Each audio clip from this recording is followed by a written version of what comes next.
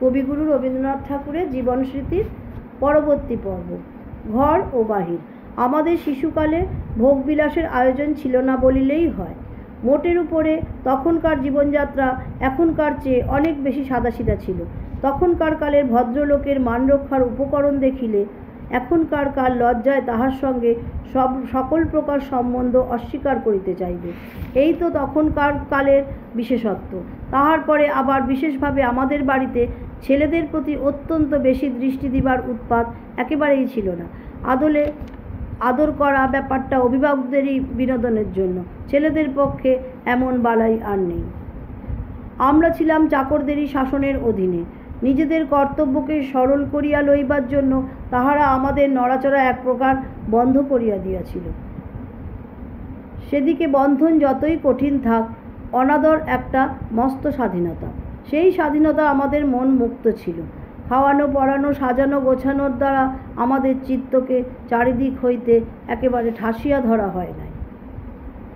আহারে আমাদের শৌখিনতার গন্ধও ছিল না। কাপড় চোপড়ও এতই যৎসামান্য ছিল যে এখনকার ছেলের চক্ষে তা তালিকার ধরিলে সম্মানহানির আশঙ্কা আছে। বয়স 10-এর কোঠা পার হইবার পূর্বে কোনোদিন কোনো কারণেই মোজা পরি নাই।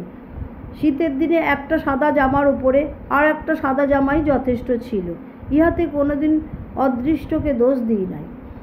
কেবল আমাদের বাড়ির দর্জি নেয়ামত খলিফা অবহেলা করিয়া আমাদের জামায় পকেট যোজনা অনাবশ্যক মনে করিলে দুঃখ বোধ করিতাম। কারণ এমন বালক কোনো অকিঞ্চনের ঘরেও জন্মগ্রহণ করে নাই, পকেটে রাখিবার মতো স্থাবর অস্থাবর সম্পত্তি যাহার কিছুমাত্র নাই। বিধাতার কৃপায় শিশুর ঐশ্বর্য সম্বন্ধে ধনী ও নির্ধনের ঘরে বেশি কিছু তারতম্য দেখা যায় না। আমাদের চটিজুতা একজোড়া থাকিত, কিন্তু পা দুটা যেখানে থাকিত সেখানে নয়। প্রতি পদক্ষেপে তাহাদিগকে আগে আগে নিক্ষেপ করিয়া চলিতাম। তাহাতে যাতায়াতের সময় পদচালনা অপেক্ষা জুতা চালনা এত বাহুল্য পরিমাণে হইত যে পাদুকা সৃষ্টির উদ্দেশ্য পদে পদে ব্যর্থ হইয়া যাইত। আমাদের চেয়ে যাহারা বড়, তাহাদের গতিবিধি, বেশভূষা, আহার বিহার, আরাম আমোদ, আলাপ আলোচনা সমস্তই আমাদের কাছ হইতে বহু দূরে ছিল। তাহার আভাস পাইতাম, কিন্তু নাগাল পাইতাম না। এখনকার কালের ছেলেরা গুরুজনদিগকে লঘু করিয়া লইয়াছে। কোথাও তাহাদের কোনো বাধা নাই এবং না চাহিতেই তাহারা সমস্ত পায়। আমরা এত সহজে কিছুই পাই নাই। কত তুচ্ছ সামগ্রীও আমাদের পক্ষে দুর্লভ ছিল। বড় হইলে কোনো এক সময়ে পাওয়া যাইবে, এই আশায় তাহাদিগকে দূর ভবিষ্যতের জিম্মায় সমর্পণ করিয়া বসিয়াছিলাম। তাহার ফল হইয়াছিল এই যে তখন সামান্য যাহা কিছু পাইতাম তাহার সমস্ত রসটুকু পুরো আদায় করিয়া লইতাম। তাহার খোসা হইতে আঁটি পর্যন্ত কিছুই ফেলা যাইত না।